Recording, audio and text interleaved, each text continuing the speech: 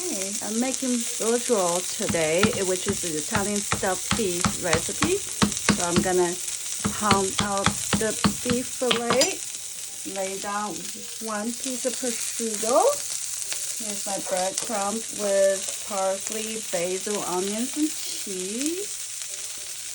And I'm just gonna spread it out, just like that. And you're gonna roll it. Here I have kitchen string. I'm just gonna tie both ends so the stuffing doesn't come out.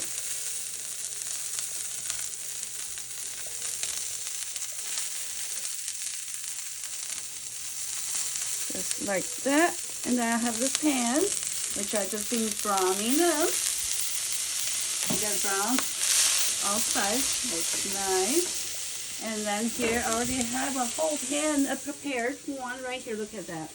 And then I made my own tomato sauce. So I'm just gonna put all that into the tomato sauce in the oven at 380 for about half an hour to 45 minutes.